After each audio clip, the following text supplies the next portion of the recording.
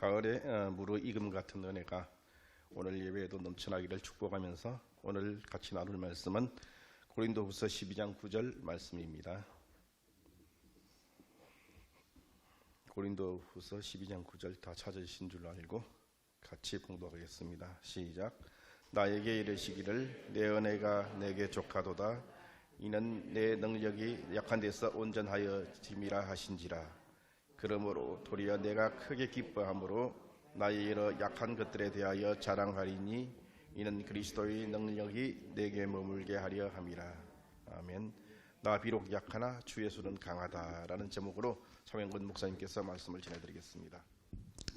기도하겠습니다.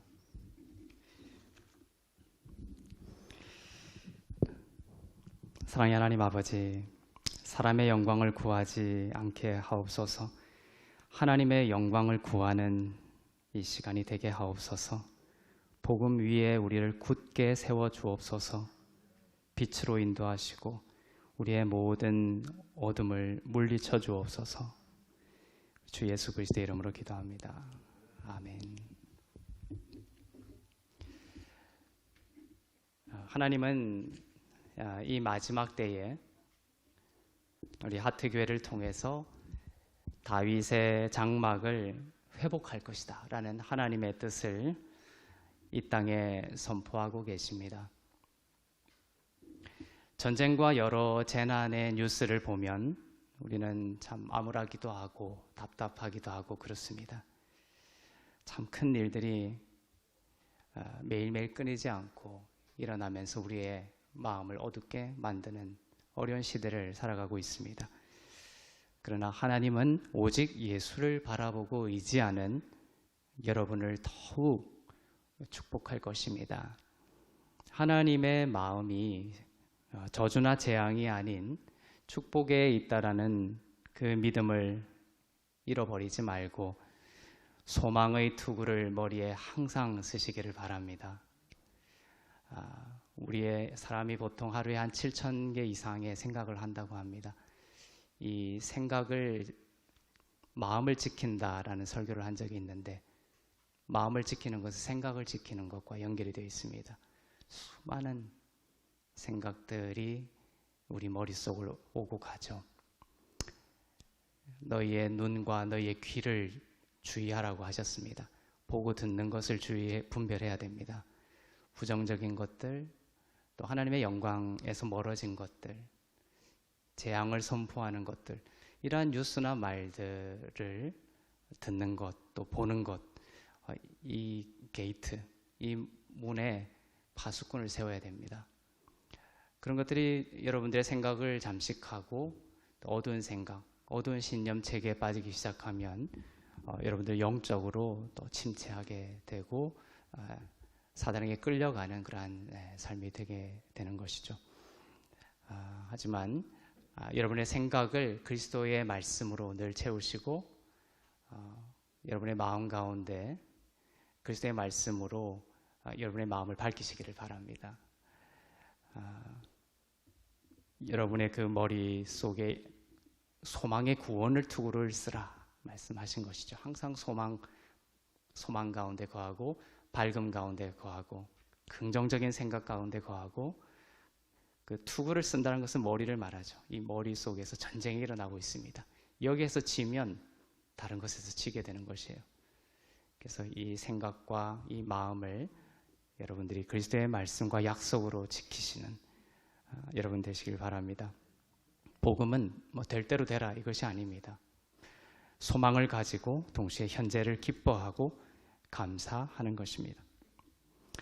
예수님을 상징하는 언약궤가 오벳에돔의 집에 석 달 동안 있었는데 하나님은 그 언약궤가 있는 오벳에돔의 집을 그리고 그 집의 그 모든 소유까지도 하나님께서는 축복하셨다 기록하고 있습니다. 우리에게는 이러한 축복이 필요하죠. 사람의 축복과 사람의 칭찬과 사람의 인정이 아니라 하나님의 인정과 하나님의 칭찬과 하나님의 축복이 필요합니다. 하나님은 이 마지막 때에 이 오벳에돔의 집과 소유에 임했던 하나님의 축복이 여러분의 삶과 또 여러분의 모든 소유 가운데 임하기를 주님의 이름으로 축복합니다. 역대상 13장 14절을 보겠습니다. 하나님의 괴가 오벳 에돔의 집에서 그의 가족과 함께 석 달을 있으니라. 여호와께서 오벳 에돔의 집과 그의 모든 소유에 복을 내리셨더라. 오벳 에돔이 축복을 받은 비밀을 우리가 나눴습니다. 오벳 에돔은 피를 섬기는 자라는 뜻입니다. 예수님의 보혈의 그 가치와 예수 그리스도의 보혈에만 구원의 능력이 있다는 것을 믿고 신뢰한 사람입니다. 그러한 자 가운데 하나님께서 큰 축복을 내려주셨습니다. 오벳 에돔은 석 달 동안 언약궤를 자기 집에 두고 무엇을 했을까? 그 언약궤를 두고 계속해서 피의 제사를 드렸습니다. 그 둔 언약궤 위 속죄소 위에 계속 짐승의 피가 뿌려졌던 것입니다. 예수님의 피가 뿌려졌던 것입니다. 예수님의 이름이 그 오벳 에돔의 집 가운데 높이 들린 것입니다. 그리고 그 피로 인해 하나님의 큰 축복을 누렸습니다. 블레셋은 종량과 재앙으로 무너져 있었고 그 오벳 에돔의 집에 언약궤가 있을 때 주변 상황을 한번 볼까요? 블레셋은 종량과 또 모든 어둠으로 다곤 신전이 다 무너져 버렸죠. 무너져 있었고 또 다윗 왕국도 슬픔 가운데 있었습니다. 하지만 그 어두운 상황 속에서 오직 오벳 에돔의 집만은 예수 그리스도의 피로 말미암아 언약궤로 말미암아 하나님의 큰 축복이 임했던 것이죠. 혼란한 지금 이 시대, 이 무너지는 시대에 여러분에게 일어날 일입니다. 여러분에게 이 오벳 에돔의 집의 영광이 임하기를 축복합니다. 다윗은 그 비밀을 알아버린 거예요. 깨달은 것입니다. 그래서 이 오벳 에돔의 집에 있는 언약궤를 예루살렘으로 가져와서 다윗의 장막을 다시 세웠던 것입니다. 오벳 에돔의 집에서 펼쳐졌던 그 피의 제사와 그 축복을 다윗이 알고 그것을 모든 이스라엘 민족 가운데 전하기 위해서, 일으키기 위해서 언약궤를 가져왔던 것이죠. 세상은 어지럽고 더욱 혼돈스러울 것입니다. 내가 무엇을 해야 하나? 이 사람 저 사람 말을 듣다가 우리는 지쳐버렸습니다. 이곳저곳을 뛰어다니면서 우리는 방황했지만 길을 잃고 고단해졌습니다. 그러나 우리가 반드시 기억해야 될 것은 예수님이 하신 말씀이죠. 내가 길이다라는 것입니다. 좌로나 우리는 한 주간도 얼마나 많이 방황하고 다른 곳에서 길을 찾았습니까? 다른 사람의 말에 귀를 기울였습니까? 다른 허탈한 것을 보고 우리는 길을 잃어버렸습니다. 하지만 오늘 말씀을 통해서 내가 곧 길이다. 주님의 말씀을 다시 중심에 두시기를 바랍니다. 나는 길이요 진리요 생명이다. 이 예수님이라는 길 위에 여러분의 영혼을 두면 다른 삶의 모든 길을 주님이 통치하시겠다는 약속이에요.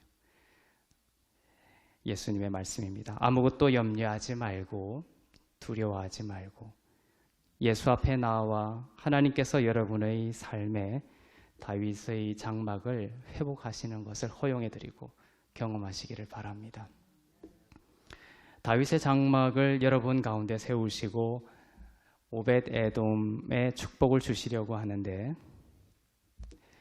이 주님이 하시려고 하는 이 회복과 또 이 치유와 또 이 공급, 축복하심과 무엇이 맞물려 있냐면 우사의 죽음이 맞물려 있다는 것입니다.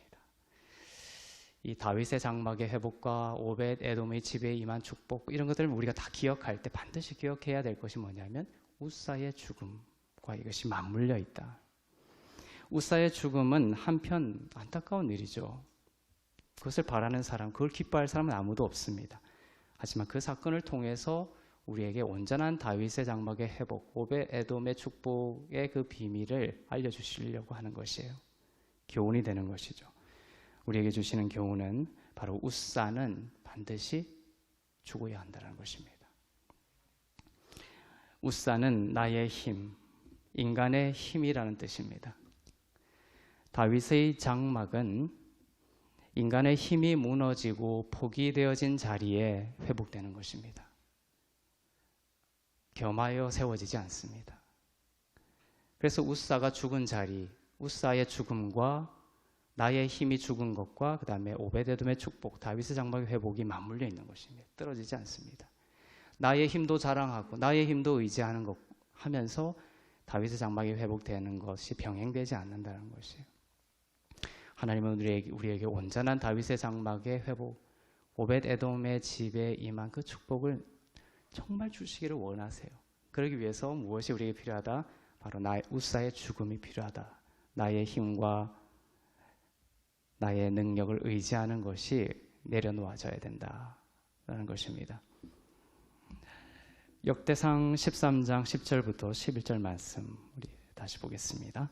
우사가 손을 펴서 궤를 붙들므로 말미암아 여호와께서 진노하사 치심에 그가 거기 하나님 앞에서 죽으니라. 여호와께서 우사의 몸을 찢으셨으므로 다윗이 노하여 그곳을 베레스 우사라 부르니 그 이름이 오늘까지 이르니라. 네. 그때 기록할 당시만이 아니라 오늘까지도 지금 기록이 되어서 이루고 있습니다. 그죠? 우리에게 주는 교훈을 반드시 베레스 우사라는 이름을 통해서 기억하라는 말씀이에요. 하나님은 우사의 몸을 찢으심으로 죽이시고 다윗은 그곳을 베레스 우사라고 이름 짓습니다. 즉 파괴적인 인간의 힘이 무너진 곳이라는 뜻입니다. 그 이름이 오늘까지 우리에게 교훈을 주고 있습니다. 이 교훈을 우리 모두가 받을 수 있기를 바랍니다. 인간의 힘은 인간의 자만입니다. 인간의 힘은 파괴적입니다. 인간의 힘은 파괴적입니다. 사람은 자신이 얼마나 불가능하다라는 것을 잘 모릅니다. 그 불가능성을 인식하고 내려놓는 것이 다윗의 장막의 그 회복의 길에 놓여 있습니다. 주님이 우리 삶에 제시하시는 해답은 이것입니다. 나를 떠나서는 너희가 아무것도 할 수 없느니라. 저는 이것이 젊은 날에 내 힘으로 막 충만할 젊은 시절에는 이 말이 안 좋았어요. 나를 떠나서는 아무것도 할 수 없다. 이것이 저를 엄청 자존심 상하게 하는 거예요. 이것이 모든 힘으로 가득 찬 힘을 신뢰하는 인류에게 거침이 되는 말씀이죠. 하지만 인간의 불가능성을 알고 우리가 어떤 처음 자리로 태어났는지를 아는 자들은 이 말씀 외에는 진리가 없다라는 것을 알게 됩니다. 나를 떠나서는 너희가 아무것도 할 수 없다. 요한복음 15장 5절 말씀입니다. 나는 포도나무요 너희는 가지라. 그가 내 안에 내가 그 안에 거하면 사람이 열매를 많이 맺나니 나를 떠나서는 너희가 아무것도 할 수 없습니다. 아무것도 할 수 없다 말씀하고 있습니다. 나를 떠나서는 너희가 일부 도움을 받을 수 없다 이런 말씀이 아닙니다. 아무것도 할 수 없다. 우리가 지금 이 순간에도 호흡을 하고 주님이 호흡을 붙들고 계시죠. 신은 어디 있느냐 참 이렇게 말하는 사람들이 있는데 그렇게 말하는 그 사람의 지금 호흡도 예수님이 붙들고 있다는 것을 모르고 있는 것이죠. 참 어리석음입니다. 우리가 호흡을 하고 눈을 뜨고 손을 움직이고 걸어가는 가장 기초적인 것조차도 주님이 일하시기 때문에 가능한 것입니다. 그런데도 사람들은 예수님을 무시하고 배척하죠. 예수님을 무시하고 배척하는 그 순간 쉬고 있는 그 호흡도 예수님이 주신 것임을 알지 못하고 말입니다. 구원자가 눈앞에 있는데도 바리새인들은 예수님을 배척하고 죽여버렸습니다. 주님이 우리 눈앞에 있다면 우리는 그 사모함을 감출 수 없을 텐데 자기의 생명이 오직 그분께 달려있다는 것을 알지 못하니 구원자가 그 앞에 있는데도 바리새인들은 예수님을 배척했던 것이죠.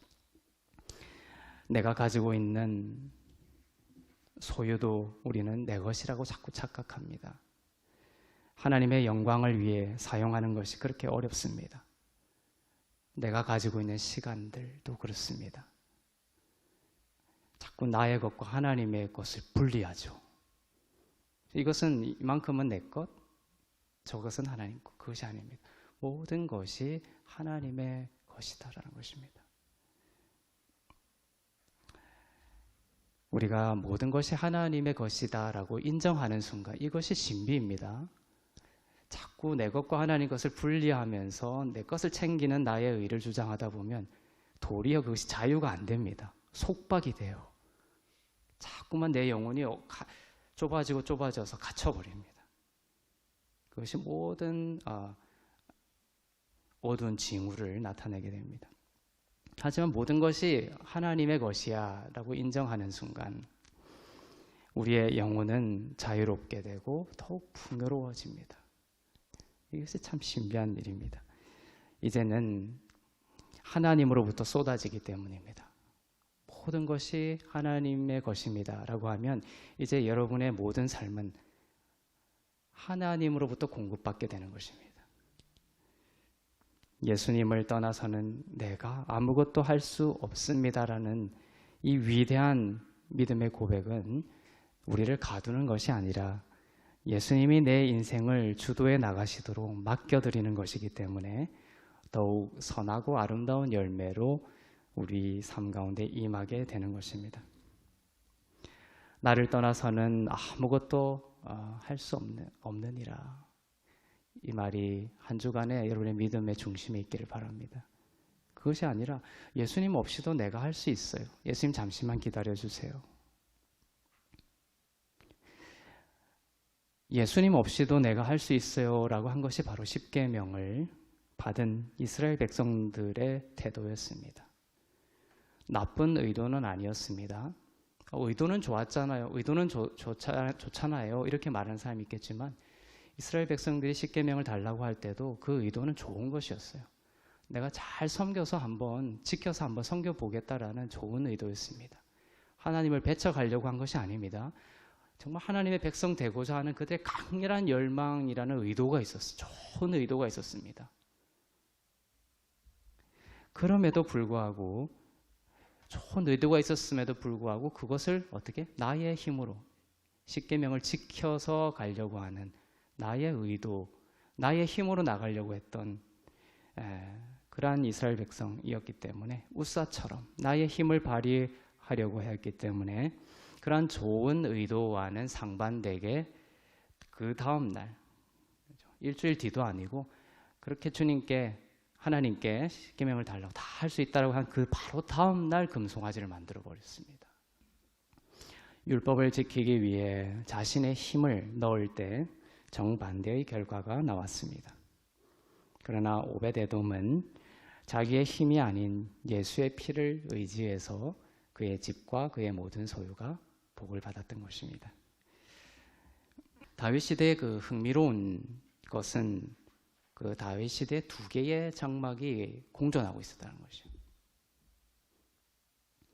그 두 개의 장막은 두 개의 길을 의미하는데 어떤 길을 우리가 갈 것인가, 그것이 오늘날 우리에게 교훈을 줍니다. 이 두 개의 장막은 하나는 모세의 장막이고 하나는 다윗의 장막입니다. 그것이 다윗의 시대에 공존하고 있었습니다. 이것이 특이합니다. 하나는 모세의 장막인데 그것은 기브온에 있었습니다. 또 하나는 다윗이 그 언약궤를 오벳에돔의 집으로부터 찾아와서 시온산에 세운 다윗의 장막입니다. 이것이 다윗 시대에 공존하고 있었습니다. 예루살렘에서 10km 정도 떨어진 기브온에 모세의 장막이 있었습니다. 등잔대 등 모든 성물이 거기에 있었습니다. 언약궤만은 없었죠. 다윗이 언약궤만을 가지고 왔던 거예요. 모세의 장막이 기브온에 있었지만 그 안에는 가장 중요한 언약궤가 없었습니다. 왜냐하면 언약궤 위에 피가 뿌려져야 죄사함이라는 그 구원의 사역이 이루어지는 것이거든요.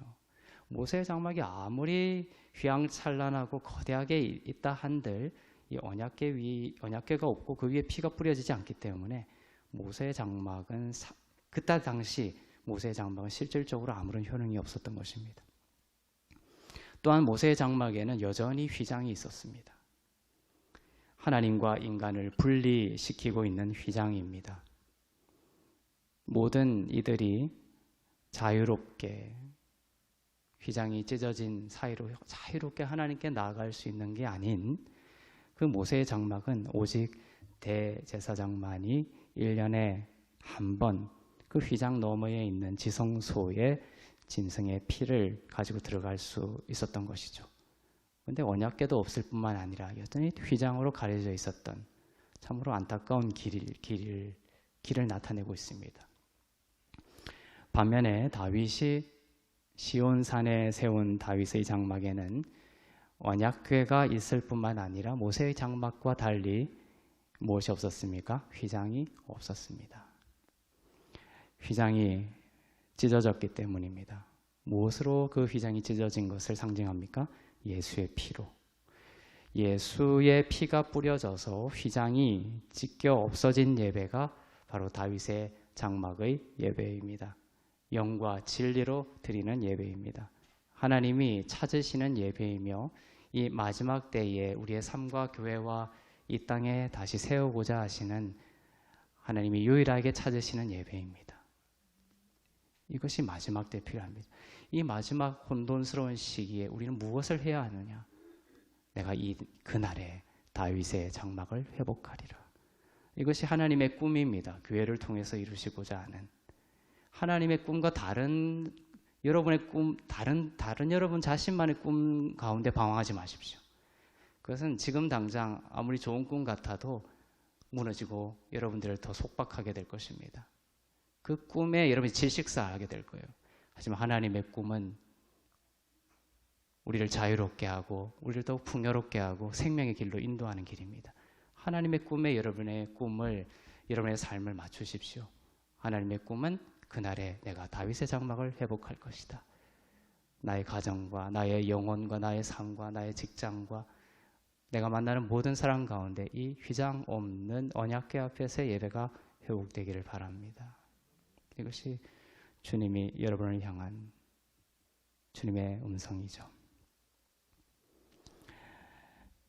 모세의 장막의 그 길을 갈 것인가 아니면 다윗의 장막의 길을 갈 것인가. 히브리서 10장 19절부터 20절 말씀입니다. 그러므로 형제들아 우리가 예수의 피를 힘입어 성소에 들어갈 담력을 얻었나니 그 길은 우리를 위하여 휘장 가운데로 열어놓으신 새로운 살 길이요 휘장은 곧 그의 육체니라. 이 다윗의 장막을 그대로 이렇게 신학적으로 풀어놓은 것입니다. 휘장 가운데로 예수의 피를 힘입어 이제 담대히 휘장이 찢어졌기 때문에 담대히 하나님 아버지 앞에 나아갈 수 있는 우리들이 되었습니다. 그 길이라고 되어 있습니다. 그리고 이 길이 예수님은 내가 곧 길이라고 했죠. 예수님의 길입니다. 이것이 우리를 위하여 그 휘장이 찢어지면서 휘장 가운데로 열어놓으신 첫째는 새로운 길이고 두 번째는 살 길입니다. 그리고 그 휘장은 뭐다? 곧 예수님의 육체다. 예수님이 그 육체가 십자가에서 죽으심으로 예수님의 십자가의 죽음은 예수님의 육체가 반으로 쪼개진 것과 똑같아요. 그래서 복음서에 보면 예수님이 죽으실 때 그 당시 예루살렘에 있던 성전의 휘장이 위에서부터 아래로 찢어졌다라고 되어 있습니다. 예수님의 죽음과 동시에 휘장이 찢어져 버렸어요. 그때 그 10cm 정도 되는 두꺼운 지성소와 성소를 가로지르고 있는 하나님과 인간을 가로막고 있는 그 휘장이 아무도 손대지도 않았는데 위로부터 아래로 반이 확 찢어져 버린 거예요. 얼마나 놀랬겠습니까, 제사장들이? 네, 그 이유를 그 당시에 사람들은 몰랐겠지만 바로 그것이 예수님의 죽음을 상징하는 것입니다. 예수님의 죽음으로 언약궤가 환히 드러나 버린 거예요. 그것이 뭡니까? 다윗의 장막의 예배였던 것입니다. 이 영과 진리로 드리는 예배를 회복하고자 했던 것이죠. 얼마나 그 예배를 주님께서 이 땅에 회복시키기를 원하셨다라는 것을 알 수 있습니다. 휘장 없는 다윗의 장막을 나타내고 있는 히브리서 10장의 말씀이죠. 선포하고 있습니다. 우리들은 성소에 들어갈 담력을 얻었습니다. 예수의 피를 힘입어 성소에 들어갈 담력을 얻었다. 담대한 힘을 얻었다. 이 담력은 원문으로 말할 수 있는 자유다라고 했죠. Freedom of the speech. 말할 수 있는 자유를 얻었습니다. 이제 그 휘장이 찢김으로 우리가 하나님을 이제는 나의 아버지라고 담대히 말하며 달려갈 수 있는 그러한 예배가 회복이 된 것입니다. 그러한 삶이 회복이 되었습니다. 말할 수 있는 자유. 구약시대 때는 나의 연약함, 나의 죄, 나의 허물, 다른 사람에게 차마 말하지 못하는 나의 연약함 말하지 못했습니다. 그것을 해결하고 가야 되는 거예요. 그러나 이제는 나의 연약함까지도 말할 수 있는 자유의 시대가 온 거예요. 주님 앞에 담대히 나가서 나의 연약함, 차마 남에게도 말하지 못하는 그 어두운 허물까지도 아버지 하나님 앞에 담대히 말할 수 있는 자유의 시대가 온 것입니다. 무엇을 힘입어 이렇게 되어 있습니까? 예수의 피를 힘입어. 예수의 피가 우리의 영혼에 뿌려질 때 우리는 담대한 영혼으로 하나님 아버지 앞에 나아갈 수 있습니다. 모세와 대제사장들이 가졌던 그 두려움의 영이 아니라 기쁨의 영이요 평화의 영이요 아들의 영으로 나아갈 수 있습니다. 예수의 피가 우리의 모든 죄를 용서하시고 의롭게 만들었기 때문입니다. 이 길은 여러분이 걸어갈 길입니다. 이제 휘장 가운데로 열어놓은 이 길, 담대하게 하나님 아버지 앞에 나아갈 수 있는 이 새롭고 살 길, 이 길을 여러분들이 걸어가야 할 길로 여기시기를 바랍니다. 휘장은 예수의 육체라고 했습니다. 예수님의 육체가 무너졌을 때 예수님의 육체 홀로 무너진 것이 아닙니다. 곧 우리의 옛 자아도 함께 찢겼습니다. 죽었습니다. 예수의 피로 그 웃사가 죽은 것처럼 예수의 피로 찢겨 죽고 사라졌습니다. 웃사가 죽을 때 저 웃사의 기록을 읽으면서 정말 참 잘못해가지고 저렇게 죽었네라고 나와 웃사의 일을 분리시키면 안 되는 거예요. 웃사의 죽음이 나의 죽음이었구나. 나의 죽음이라는 것을 발견해야 됩니다. 웃사가 죽은 그 죽음이 나의 옛자가 죽었구나. 예수의 피로 죽었구나. 예수님이 웃사를 찢어서 죽인 것은 예수를 죽이시면서 나의 옛자도 죽이신 거구나. 그것을 내가 믿음으로 받아들여야 하는 것이죠. 예수와 함께 우리의 옛자가 함께 죽어서 사라지게 된 것을 말합니다. 웃사의 죽음을 예수의 피로 나의 죽음으로 받아들이십시오. 이 길과 옛 길은 다릅니다. 자, 새롭고 살 길이 두 가지입니다. 그런데 모세의 장막길은 새로운 길이 아니라 옛 길이고 죽이는 길입니다. 이 길은 다윗의 장막의 길은 새로운 길이죠. 옛 길은 죽이는 길이지만 이 길은 살리는 길입니다. 나의 연약함을 담대히 말할 수 있는 자유. 나의 지금 나를 낭망시키고 나의 이 드러나는 연약함조차도 아버지 앞에 나가서 담대히 아버지 앞에 나가서 예수의 피를 힘입어서 나가서 이야기할 때 살아나는 것이에요. 그거 자꾸 붙잡고 있는다고 살아나는 것이 아닙니다. 새로운 길, 담대히 나가야 합니다. 다윗의 장막의 길은 새로운 길이고 여러분을 살아나게 하는 길입니다. 옛 길, 곧 구약의 길은 그 길로 갈수록 죽을 확률이 높은 길이었습니다.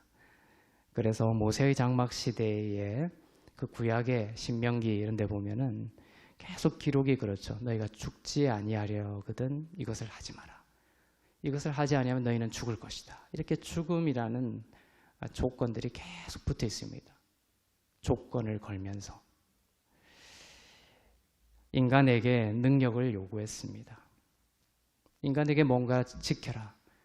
너희가 이 계명을 온전히 다 지키지 아니하면 너희가 3, 4대의 저주를 받을 것이다. 이렇게 돼 있는 거예요. 온전히 두 가지, 그게 두 가지예요. 온전히 지켜야 되고 다 지켜야 됩니다. 다 지켰다라고 얘기했는데 사단은 와서 온전히 지켰냐? 또 이렇게 물어보는 거예요. 새벽기도 매일 말씀 보면서 큐티했습니다. 그럼 사단이 와서 잘했냐? 이렇게 또 묻는 것이죠. 그러면 그게 걸려 넘어갈 사람이 아무도 없는 것입니다. 그것을 이길 수 있는 사람이 아무도 없는 것이죠. 구약은 그런 것입니다. 인간에게 그러한 능력이 없음에도 불구하고 인간에게 그것을 요구했습니다. 인간은 인간대로 또 그 능력이 있는 척했습니다. 없는데도 있는 척했습니다. 네, 그렇게 살지 마십시오. 연약함이 있으면 드러나면 있는 그대로 주님 앞에 가져가는 게 살 길입니다. 구약의 길은 반드시 인간의 율법 어김으로 귀결되었고 죽음이 나타났습니다. 인간이 할 수 없었기 때문에 그렇습니다. 그러나 다윗의 장막의 그 새 길, 즉 신약에서는 주님이 십자가에서 죽으시며 휘장을 찢으셨습니다. 그리고 연합하여 우리의 옛사람도 사라지게 만드셨습니다. 옛사람이 사라지면서 피고인에게 공소권 기각결정이 난 것입니다. 우리도 어떤 죄인이 있죠. 그 사람을 기소합니다. 누군가를 살인했다고 하면. 그 기소 절차가 계속 수사와 기소가 소송 절차가 계속 진행이 되죠. 근데 그 살인자가 죽어버리면 모든 절차 끝이 나버립니다. 더 이상 수사도 멈추고 기소 공소권 기각결정이 나는 거예요. 끝이 나버립니다. 왜냐하면 그 대상자가 죽어버렸기 때문에 그렇습니다.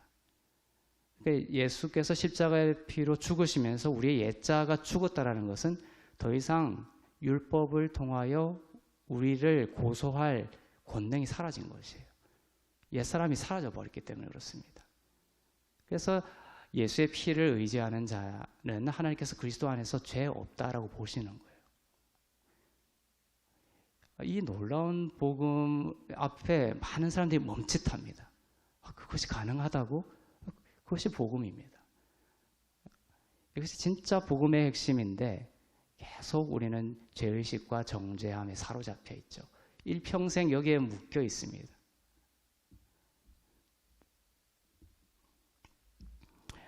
새로운 길은 살아나게 하는 길입니다.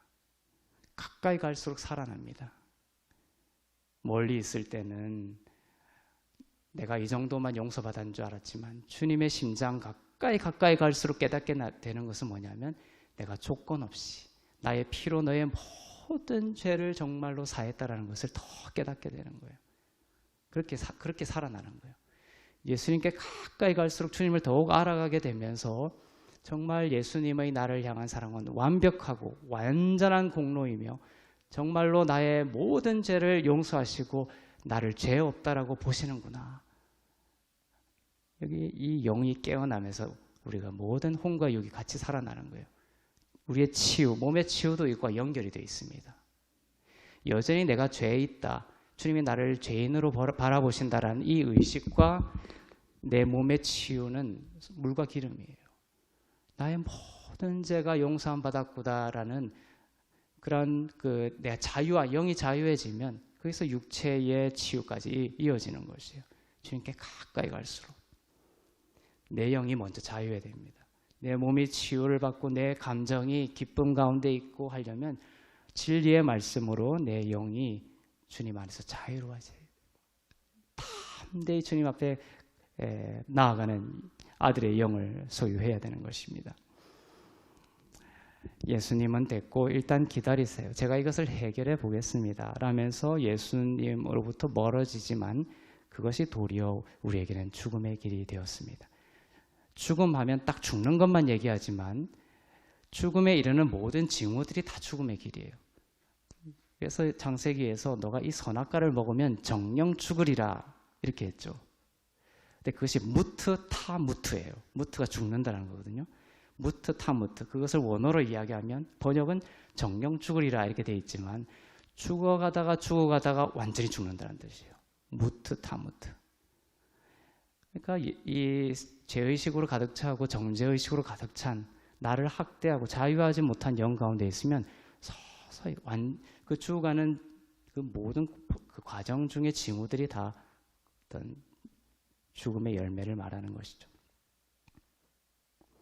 하지만 예수님께 가까이 갈수록 예수님은 그렇게 말씀하지 않습니다. 나의 이 변함없고 조건 없는 사랑, 이 사랑 가운데로 우리를 초청하십니다. 예수님께 가까이 가는 길이 우리를 살리는 길입니다. 예수님에게 지혜가 있고 능력이 있고 방법이 있습니다. 예수님께 가야 방법이 생깁니다. 주님은 길이다라고 했습니다. 정녕 믿으십니까? 내 삶이 꽉 막혀버렸어요. 길이 필요합니다. 방법이 필요합니다. 그때 기억하십시오. 내가 곧 길이다. 주님께 가까이 가시고 주의 이름을 높이고 주님과 시간을 보내고 주님을 즐거워하고 멈추지 않고 다윗의 장막에 예배를 드리는 그 가운데 하나님께서 길을 열어주시는 거예요. 지금 인류는 이 마지막 때에 웃사의 죽음을 목도하고 있습니다. 베레스 웃사의 이름이 오늘까지 있었다고 되어 있죠. 그는 지금 성경에 기록돼서 또 오늘날까지도 있는 거예요.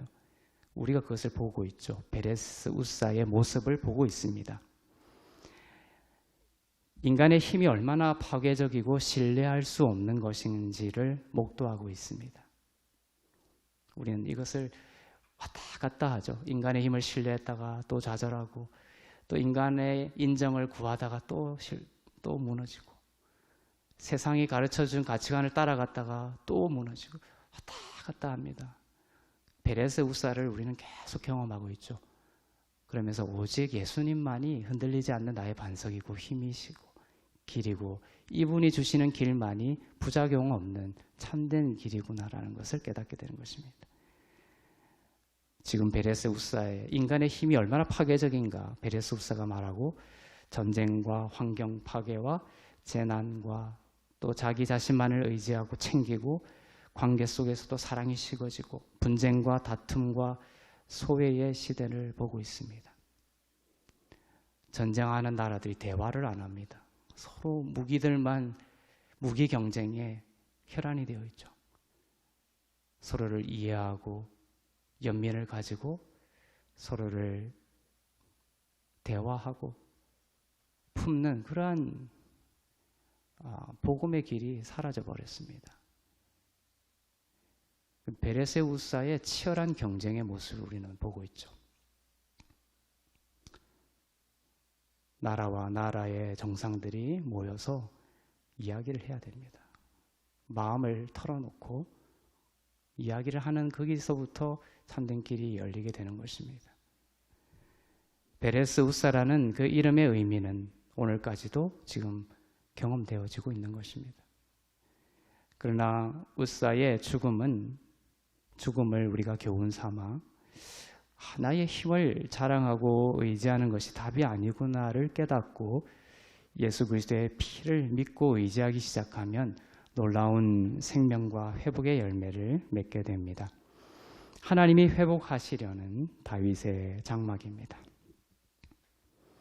하나님은 우리의 삶의 영역에서 사람의 능력이 나타나는 것이 아니라 사람의 능력이 나타나면 그것은 파괴적이기 때문에 그것을 원하지 않습니다. 무엇을 원하시느냐? 하나님의 능력이 나타나기를 원하십니다. 세상이 줄 수 없는 평안, 세상이 흉내낼 수 없는 기쁨, 세상이 따라올 수 없는 사랑, 이 성령의 이 열매들은 참으로 저에게 소망을 주는 것이 한자 한자 제가 입술로 고백할 때마다 하나님께서 이것을 나에게 주실 거라는 소망으로 또 이미 주셨다라는 소망으로 한자 한자 깊이 묵상할 때 너무 좋은 것 같아요. 사랑과 희락과 평화와 이런 것들을 우리에게 주실 것입니다. 또 이미 주셨습니다.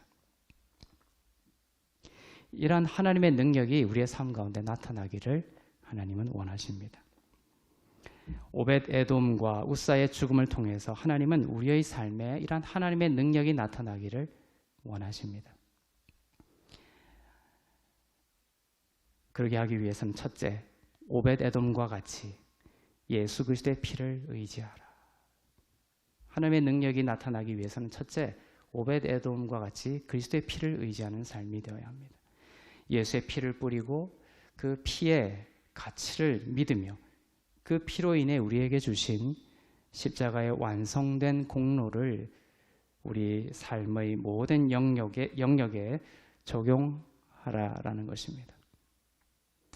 둘째는 우사의 죽음과 같이 나의 힘에 대하여 죽는 것입니다.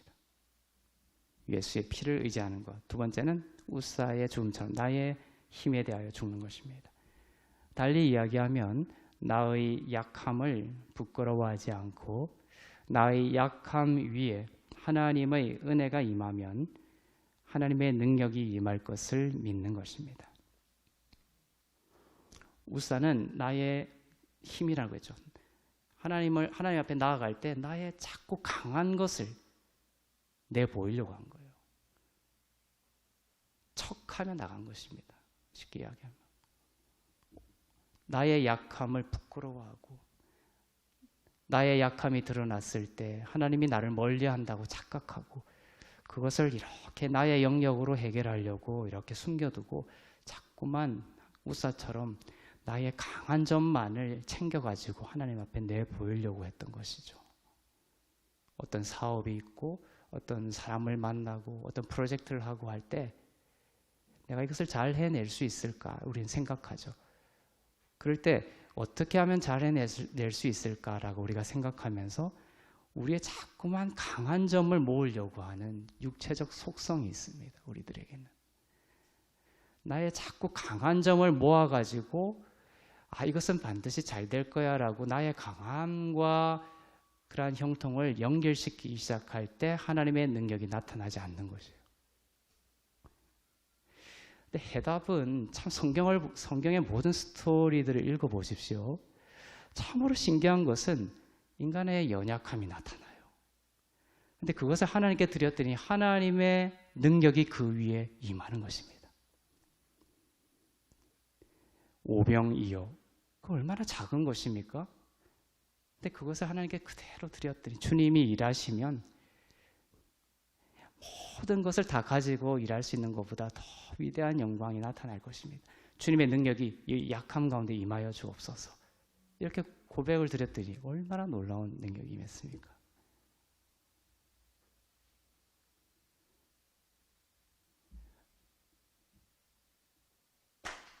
구약 사사기에 보면 그 당나귀 뼈 한 개로 엄청난 군사들을 사람들을 물리쳐 죽이죠. 그런 것과 같습니다.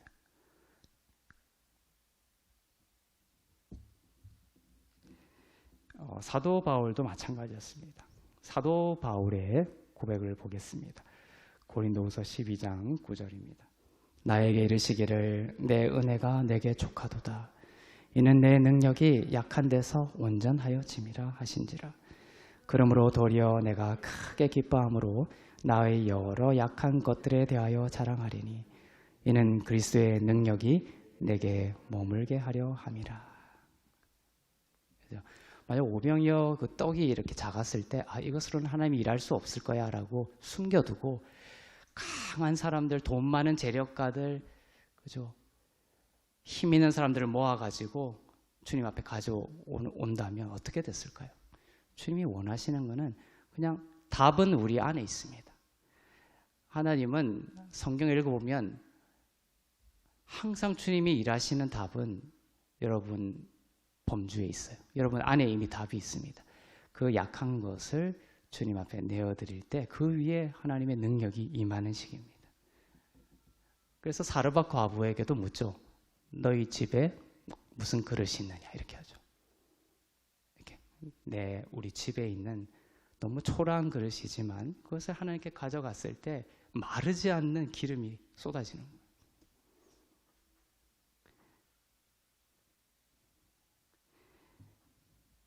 사람의 사고와 하나님의 생각의 차이점이에요. 우리가 이 근본적인 사고를 깨뜨려 버리고 바꿔야 되는 거예요. 사람은 약한 점이 나타나면 부끄러워집니다. 좌절하고 낙심해 버립니다. 그게 답이 있다는 것을 모르고 말이죠. 남들과 비교하면서 자신을 정죄하여 한 발짝도 앞으로 나아가지 못하고 새로움을 추구할 힘을 갖지 못합니다. 저도 아주 내성적인 사람입니다. 대학교 때도 그날이 오면이라는 학교 앞에 그 책방에 앉아가지고 24시간 거기 책을 봤어요. 사람들을 만나는 게 너무 두려웠거든요. 내성적이어가지고. 근데 도리어 그런 성향을 하나님께서 선으로 바꾸셔서 그런 것들 속에서 뭡니까? 저는 인간에 대해서 깊이 있게 이해하게 되고 사람의 감정과 사람의 마음을 깊이 들여다보게 되는 그런 하나님의 선하신 기회가 되었던 것이죠. 내성적인 것은 잘못된 것이다 이렇게 판단해 버리면 안 됩니다. 이러한 성향을 주님께 드리면 주님께서 그것을 선하게 빚어내신다는 것이죠.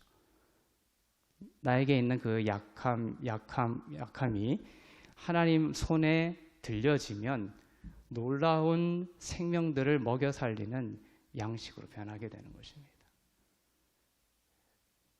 내가 살아가면서 자꾸만 우리가 하루 일어날 때에도 아침에 일어날 때도 자꾸만 우리가 두려워 떠는 것은 자꾸만 약함이 자꾸 발견되기 때문에 그렇죠. 이걸로 어떻게 하지? 이걸로 어떻게 하지? 그리고 자꾸 나에게 있는 강함을 찾으려고 하는데 강함이 발견되지 않음으로 인하여 낙심하고 실패합니다.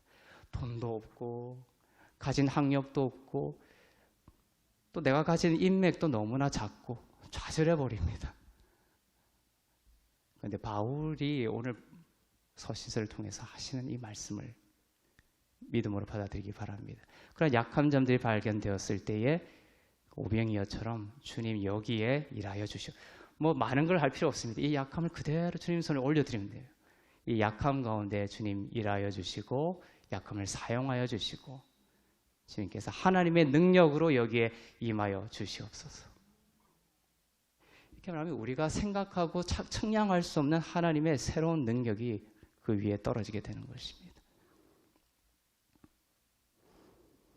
하나님은 우리들에게 나타나는 그 약한 영역들을 도리어 어떻게 하라? 자랑하고 기뻐하라. 정반대죠.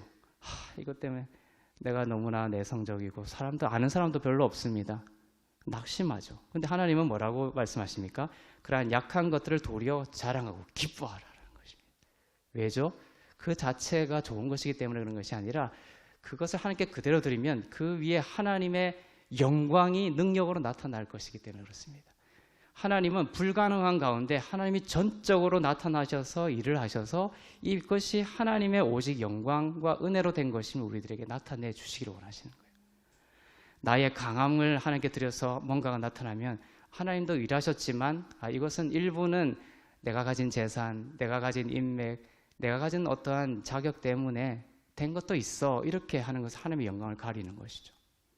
하나님이 진짜 기뻐하시는 하나님의 일은 나의 약함이 드러났을 때 그것을 주님 손에 의탁하고 이 위에 하나님이 능력으로 임하여 주시옵소서. 그렇게 일할 때 하나님이 초자연적으로 하나님의 능력을 그 위에 베풀어 주실 것입니다. 나의 여러 약한 것들에 대하여 자랑하리니. 이제 자랑하십시오. 자, 이 말을 제가 깊이 묵상하고 난 뒤에는 이제 약한 것들을 자꾸만 피하여 다니다가 약한 것들 자꾸 찾아다니게 되어버렸어요. 정죄하려고 찾는 것이 아니라 여기 위에 하나님의 능력이 임하여 주시옵소서. 이 위에 하나님의 능력이 임할 줄로 믿습니다. 이렇게 생명이 죽음을 삼키는 식으로. 왜냐하면 그 약함이 있을 때 약하고 부족한 것 같이 보이지만 그 위에 하나님의 능력이 임하면 정말로 강함 위에 임하는 것보다 더 놀라운 하나님의 능력이 나타나기 때문에 그렇습니다. 자랑하고 기뻐하는 것입니다. 바울에게도 약하고 모자란 것이 한두 개가 아니었습니다. 여러 부분이 있었습니다. 그래서 복수형을 쓰죠. 나의 여러 약한 것들이라고 되어 있습니다. 바울은 말도 잘 못했으면 말이 너무 어눌해가지고 서신서에 보면 내가 그들에게 나아가는 것을 두려워할 정도라고 했습니다. 바울이 얼마나 그 말에도 어눌했습니까? 그런데 그 바울을 사용하셔서 하나님은 은혜의 복음을 지금까지도 우리에게 전하는 놀라운 복음의 사도로 사용하셨지 않습니까? 바울이 말에 능하고 이러지 않았습니다.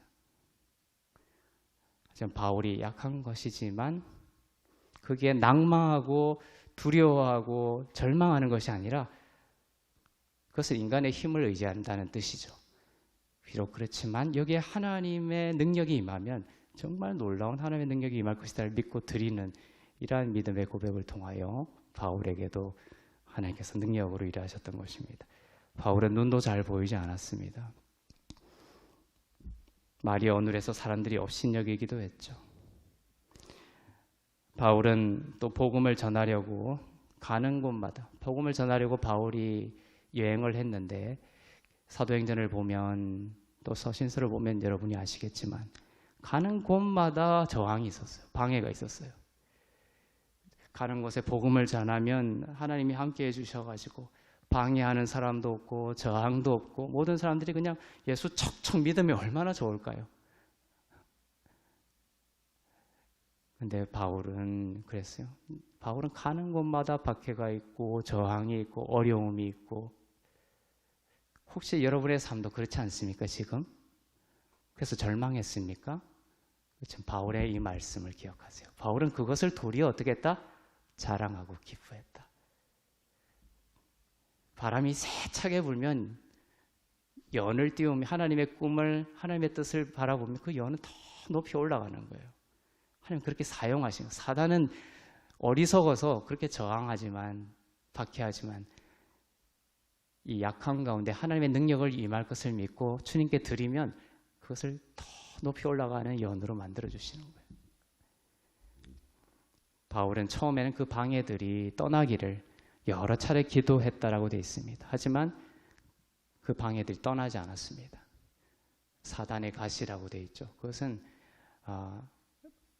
바울이 복음을 전할 때에 바울을 가로막던 박해와 저항들을 말합니다. 그것이 떠나기를 가는 곳마다 자꾸만 그런 것이 있으니까. 하지만 하나님이 그 방해를 아예 없애주지 않았습니다. 그냥 그것들을 통하여서 하나님은 더 큰 바울이 그러한 것들을 은혜의 손에 맡기게 되고 그럴 때 하나님의 능력이 더욱 영광스럽게 나타나는 이 은혜의 그림들을 구조를 우리들에게 가르쳐 주시려고 했던 것이죠. 방해는 있었지만 하나님의 은혜로 그 방해를 넘어서게 되고 더 아름다운 열매를 맺게 되었습니다. 수많은 믿음의 선진들의 이야기를 이제 돌아가시기 전에 기록들을 보면 다 그래요. 어려움 전혀 없이 그렇게 살았더라. 이런 거 없습니다. 절대로.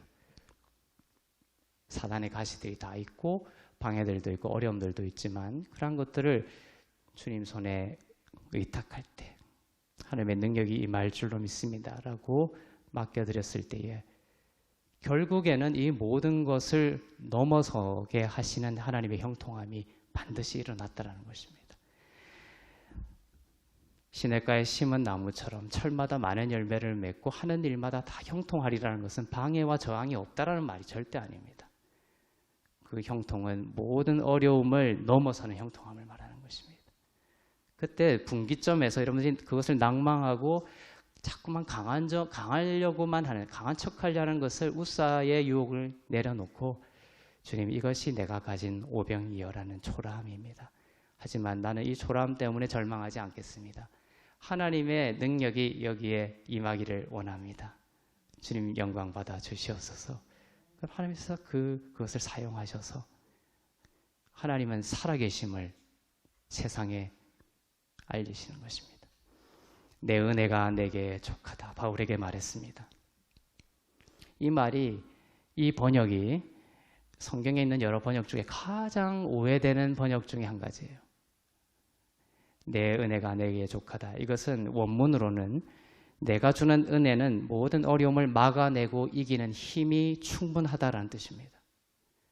이것이 잘못 이해되고 있는 번역은 뭐냐면 요 정도 은혜만 줄 테니까 요걸로 만족해, 이렇게 가르쳐주고 있죠. 내 은혜가 내게 족하다. 내 은혜가 너에게 족하다. 요것만 받아. 이런 뜻이 절대 아닙니다. 내 은혜가 내게 족하다 이라는 말은 바울이 사단의 가시, 유혹과 방해들이 없어지기를 기도했지만 하나님께서 없애지 아니하시고 놔두셨습니다. 내 은혜가 족하다는 것은 은혜가 임하면 그러한 약함이 있지만 그것을 이기고 넘어서는 충분한 능력이 되는 그러한 강력한 은혜라는 것을 선포하시는 거예요.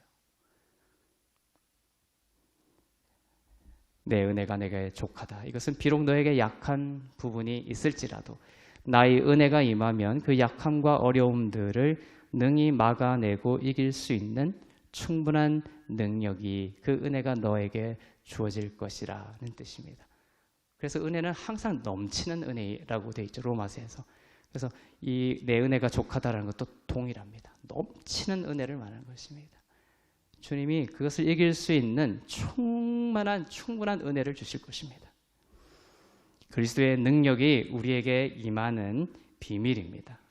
다윗의 고백을 다시 한번 기억하시길 바랍니다. 도리어 내가 크게 기뻐함으로 나의 여러 연약한 것들에 대하여 자랑하리니 이는 그리스도의 능력이 내게 머물게 하려 함이라.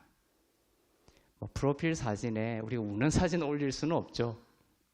카톡 같은데 저도 웃고 있는 사진, 십자가에 서 있는 사진을 제가 올려놓고 있는데, 이런 SNS나 남에게 이제 보여주는 그런 사진에 내가 절망하는 사진, 절망하는 순간들, 이런 것들을 사람들이 올리지는 않죠. 하지만 우리에게는 모든 그런 순간들이 사실은 있습니다. 우리는 남의 그런 프로필들을 보고 착각하죠. 저 사람의 강함과 나의 약함을 비교합니다. 그렇죠? 그런 소셜 네트워크에 올라가 있는 행복한 사진, 즐거운 사진, 정말 강하고 막 그런 사진들과 자기의 연약함을 자꾸 비교하면서 살아가죠.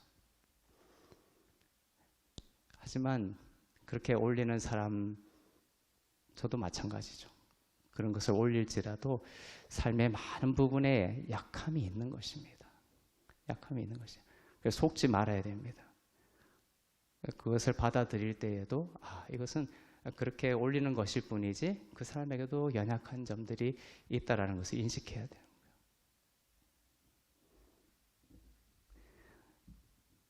그런 것을 올릴 때 우리는 강한 거, 잘하는 점들을 사람들에게 보이려고 하죠.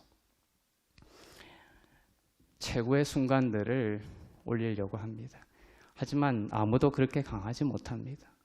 우리 스스로도 강한 점, 잘하는 점이 있으면 우리는 자신 있어 하고, 또 약한 점들이 느껴지면 좌절하고 맙니다. 그러나 우리가 우리의 약한 점들에 낙심하지 않고 도리어 기뻐하고 자랑하며 예수의 보혈을 뿌리며 하나님의 은혜에 맡기면 초자연적인 그리스도의 능력이 임하게 될 것을 주님이 약속하고 계십니다.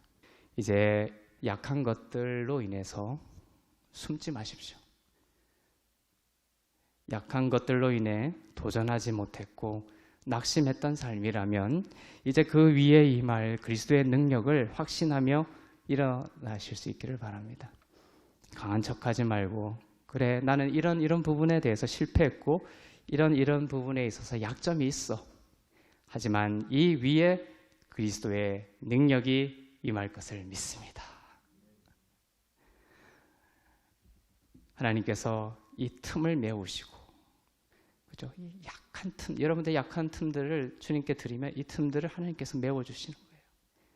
아름답게 그 집을 건축해 주실 것입니다. 허물어진 것을 다시 세워주실 것입니다. 그렇게 넘치는 하나님의 은혜를 신뢰하시길 바랍니다. 다윗은 그 웃사의 죽음이라는 연약한 실패의 경험이 있었지만 거기서 예배를 포기하지 않고 언약궤를 중심에 가져오는 것을 포기하지 않고 언약궤를 찾아오고 예수의 피를 찬양하고 의지했습니다. 율법이라는 강력한 인간의 힘을 내려놓고 힘자랑을 내려놓고 다윗은 예수의 피만을 의지하는 휘장 없는 언약궤 앞에서의 예배를 통해 자신의 연약함을 가지고 담대히 은혜의 보좌 앞에 나아갔습니다. 다윗의 장막에 그 예배를 회복하시어서 하나님은 이스라엘의 틈을 메우시고 허물어진 것을 다시 세우실 것을 약속하셨습니다. 약함을 자랑할 때 그리스도의 능력이 임했던 것이죠. 다윗이 실패했죠. 1차, 2차를 이야기하는 게 그거예요. 1차 때 다윗이 실패했지만 그 약함이죠. 하지만 그 약함을 다윗은 그때 멈춰버린 게 아닌 거예요. 그 약한 것을 그대로 실패를 주님께 올려드리고 주님을 즐거워했을 때 그 약함 위에 2차 회복을 통해서 놀라운 하나님의 은혜가 능력이 임하게 되었던 것입니다. 이제 여러분들 약함, 단점들, 부족한 것들, 남과 비교했을 때 참 연약한 것들이 나타났을 때 이제 자랑하고 즐거워하시겠습니까? 기뻐하십시오. 이해 안 되지만 이것이 믿음을 가진 자의 선포입니다. 그 자체 약함이 좋아서가 아니라 이 위에 하나님의 능력이 임할 것을 믿기 때문에 그렇습니다. 우리에게는 하나님이 있기 때문에 그렇습니다. 아모스 9장 11절에서 하나님은 다윗의 장막의 예배가 회복될 것이다 라고 말한 뒤에 이 다윗의 장막의 예배가 회복이 된 이후에 그것이 삶의 우선순위가 될 때 어떤 일이 벌어질 것인지를 이제 다음 절에서 말씀하고 있어요. 내가 그날에 다윗의 장막을 회복할 것이다 약속하셨죠. 그리고 그 다음 절에 보면 이것이 회복이 될 때 어떤 일이 벌어지는 것인가. 주님, 목사님 다윗의 장막을 회복시키면 뭐 무슨 일이 일어나나요? 그것을 쭉 이야기하고 있는데 그 중에 한 절입니다. 아모스 9장 13절입니다. 그것이 911이라고 했죠. 9장 11절이었고 이것이 9장 13절입니다. 여호와의 말씀이니라 보라 날이 이를지라 그때에 파종하는 자가 곡식 추수하는 자의 뒤를 이으며 포도를 밟는 자가 씨 뿌리는 자의 뒤를 이으며 산들은 단 포도주를 흘리며 작은 산들은 녹으리라. 자, 이것은 어떤 말씀이냐면은 어느 정도의 능력이 임하냐 하면은 자, 씨를 파종하는 자가 곡식 추수하는 자의 뒤를 잇는다는 거예요. 그러니까 곡식을 다 거두기도 전에 씨가 뿌려지는 거예요. 또 씨가 다 뿌려지자마자 또 거두게 된다는 거예요. 씨를 뿌리자마자 추수하는 자가 뒤따를 정도로 계속해서 넘치는 하나님의 축복이 이어진다는 것이에요. 이것은 초자연적인 하나님의 능력을 설명하는 하나님의 말씀입니다. 포도씨를 뿌리고 있는데 벌써 포도를 수확하여 그걸 밟고 있어요. 그래서 이 아모스 9장 13절은 정말로 진짜 이 땅에서는 일어나기 어려운 그런 인간의 세계에서는 일어나기 어려운 설명이죠. 하지만 하나님은 다윗의 장막을 회복하는 자에게 이 약속을 하고 계세요. 이것을 그림으로 이렇게 비전을 품으세요. 머릿속에. 씨를 뿌리는데 이미 수확하고 있어요. 포도나무를 심고 있는데 씨를 뿌리고 있는데 이미 포도즙 틀을 밟고 있어요. 그래서 기뻐하고 참 끊이지 않고 이어지는 하나님의 놀라운 축복, 공급하심을 약속하고 있습니다. 사람의 힘으로 할 때와 다르다는 것입니다. 초자연적이고 자연 법칙을 뛰어넘습니다. 우사의 죽음이 임한 자리, 나의 힘이 무너진 자리에서 나는 비록 약하나 우리 주 예수는 강하다라는 믿음으로 나의 약함을 도리어 기뻐하고 자랑하며 하나님의 은혜 안에 맡길 때 여러분의 삶에 나타날 그리스도의 능력입니다. 이 다윗의 장막의 회복의 역사가 여러분의 삶 가운데 충만하기를 축복합니다. 기도하겠습니다.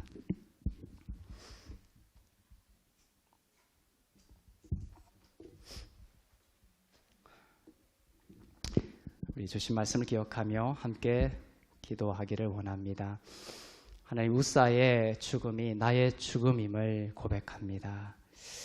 우사의 죽음의 자리에 다윗의 장막을 회복시키기를 원하시는 주님, 하나님, 이 시간 그 우사의 죽음이 우리의 삶 가운데 계속해서 고백되어지게 하여 주시옵소서. 웃사는 팔을 벌려서 나의 힘을 자랑하면서 하나님 앞에 나아가려고 했지만 하나님이 원하시는 것은 나의 약함을 자랑하는 것입니다. 나의 부족한 것들, 연약한 것들이 발견되었을 때 숨거나 낙심하거나 절망하거나 예배를 포기하는 것이 아니라 이 위에 하나님의 능력이 임할 것을 믿습니다. 초라한 오병이어지만 사람의 손인 아닌 하나님의 손이 그 위에 안수하시면 그리스도의 능력이 임할 줄로 믿습니다. 인간이 생각해낼 수 없는 방법으로 하나님이 길을 열어주실 것입니다. 주님, 나의 약함을 자랑하게 하여 주시고 이 위에 임할 그리스도의 능력을 소망하며 기뻐하며 자랑하며 즐거워하는 저희 되게 하여 주시옵소서. 그 약함에 하나님의 답이 있다는 것을 믿음의 눈으로 보게 하여 주시옵소서. 하나님, 나의 어떠함 때문이 아니라 하나님의 영광은 웃사의 죽음이 있는 그 자리에 다윗의 장막을 회복하는 것임을 깨닫게 하시니 감사합니다. 이 시간 나의 약함을 자랑하며 나 비록 약하나 주 예수의 능력은 강하다. 하나님의 능력이 여기에 임할 줄로 믿습니다. 나의 연약한 인생이지만 오병이어로 나의 삶을 드립니다. 주님, 나의 배우자의 또 나의 자녀 가운데 또 나의 직장 가운데 여러 연약하고 무너진 것들이 있지만 이제 낙심하고 절망하는 것이 아니라 도리어 자랑하고 기뻐하겠습니다. 이 위에 임할 새로운 하나님의 능력을 소망하고 기뻐합니다. 주님, 그리스도의 능력으로 임하여 주시옵소서. 함께 기도하겠습니다. 사랑의 하나님, 감사합니다. 나의 약한 것들을 도리어 자랑할 것이라는 바울의 고백을 통하여서 주님, 강하려고 했고 강하지 아니하면 살아남을 수 없을 거라는 착각 속에서 너무나 힘들었습니다. 하지만 나의 삶의 주인이시고 나의 삶을 통치하시는 분은 오직 하나님이시며 나의 약함을 있는 그대로 주님께 드렸을 때에 하나님께서 그 위에 그리스도의 능력으로 임한다고 약속해 주시니 감사합니다. 하나님, 도리어 이제 나의 약한 것들을 자랑하며 나의 약한 것들을 기뻐하며 이제 그 약함이 그리스도의 손에 의하여 놀라운 하나님의 영광의 모습으로 빚어질 줄로 믿습니다. 하나님, 하나님이 일하시는 방식에 대하여 깨어있게 하여 주시옵소서. 세상의 사고방식과 세상의 가치관은 어떻습니까? 우리의 강함을 자꾸만 내어놓으라고 합니다. 너는 어떤 강한 것을 가지고 있느냐? 너는 얼마만큼 배웠느냐? 너는 얼마만한 재산을 가지고 있느냐? 너는 얼마만한 인맥을 가지고 있느냐를 세상은 묻지만 우리는 그리스도의 능력이 임할 것을 믿으며 나의 약한 것을 자랑하겠습니다.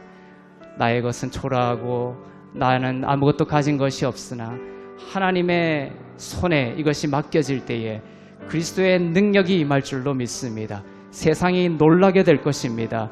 이 오병이어의 기적이 어떻게 일어났는지 세상은 알 수 없겠지만 우리는 압니다. 우리는 깨닫습니다.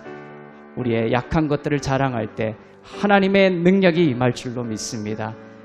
나의 삶 가운데 막히고 무너지고 벌어진 틈들이 있을지라도 하나님, 낙심하지 않게 해주시고 두려워하지 않게 해주시고 하나님, 있는 그대로 주님 손에 의탁합니다. 하나님, 안수하여 주시옵소서. 주님, 보혈의 피를 발라주시고 예수 그리스도의 완성된 공로를 선포합니다. 하나님, 그리스도의 능력으로 임하여 주시옵소서. 나의 자녀 가운데 그리스도의 능력으로 임하여 주시옵소서. 나의 아내 가운데 그리스도의 능력으로 임하여 주시고 나의 남편 가운데 그리스도의 능력으로 임하여 주시옵소서. 하나님이 함께 하시면 그리스도의 능력이 임할 줄로 믿습니다. 낙심하지 않게 하시고 절망하지 않게 하시고 기뻐하며 즐거워하게 해주시고 부족하지만 연약하지만 주님, 그것으로 인하여 낙심하고 절망하는 것이 아니라 그리스도께 드리며 즐거워하며 축복하며 사랑하며 용서하며 품으며 인정하며 나아가는 주님의 제자들 다 될 수 있도록 인도하여 주시옵소서. 사랑의 하나님 감사합니다. 예수의 피를 힘입어 은혜의 보좌 앞에 나아갈 수 있는 담대한 영을 허락하여 주시니 감사합니다. 모세의 장막이라는 옛 죽음의 길이 아니라 다윗의 장막을 보여주시고 새로운 길, 살아나는 예수의 길 위에 저희를 세워주시니 감사합니다. 예수의 피를 중심에 두고 의지하는 삶이 되게 하시어 오벳 에돔의 집에 임한 축복을 우리의 삶과 가정과 교회 위에 허락하여 주시옵소서. 나의 약한 것들, 부족한 것들이 주님 발견될 때에 낙심하거나 절망하는 것이 아니라 주님께 드리며 이 위에 임할 하나님의 능력을 사모하게 하여 주시옵소서. 나의 힘을 의지하지 않고 나의 약한 것들을 기뻐함으로 자랑하며 주 예수의 은혜 안에 맡겨드릴 때 그리스도의 능력이 임하는 다윗의 장막의 회복이 경험되어지는 놀라운 축복을 더하여 주옵소서. 전쟁에 있는 모든 땅 가운데 하나님 평화를 허락하여 주시며 질병으로 고통받고 있는 환우들 찾아가 주셔서 예수 그리스도의 보혈로 치유하여 주시옵소서. 나의 모든 것이 나와 분리되지 않는 온전한 하나님의 것임을 인정하며 드린 예물 위에 기름 부으시사 쓰이는 곳마다 복음이 전파되고 교회가 세워지고 하나님의 나라가 온전히 임하게 하여 주시옵소서. 이제는 우리 주 예수 그리스도의 은혜와 하나님 아버지의 사랑과 성령님의 위로교통 새롭게 하심의 역사가 나의 힘을 내려놓고 도리어 약한 것들을 자랑하며 은혜를 의지할 때 그리스도의 능력이 임하기를 소망하며 주님만을 바라보는 주 안에서 의롭고 흠없고 거룩한 교회 위에 선교사님들 위에 나라와 민족들 위에 이제부터 영원토록 충만하시기를 간절히 축원하옵나이다. 아멘.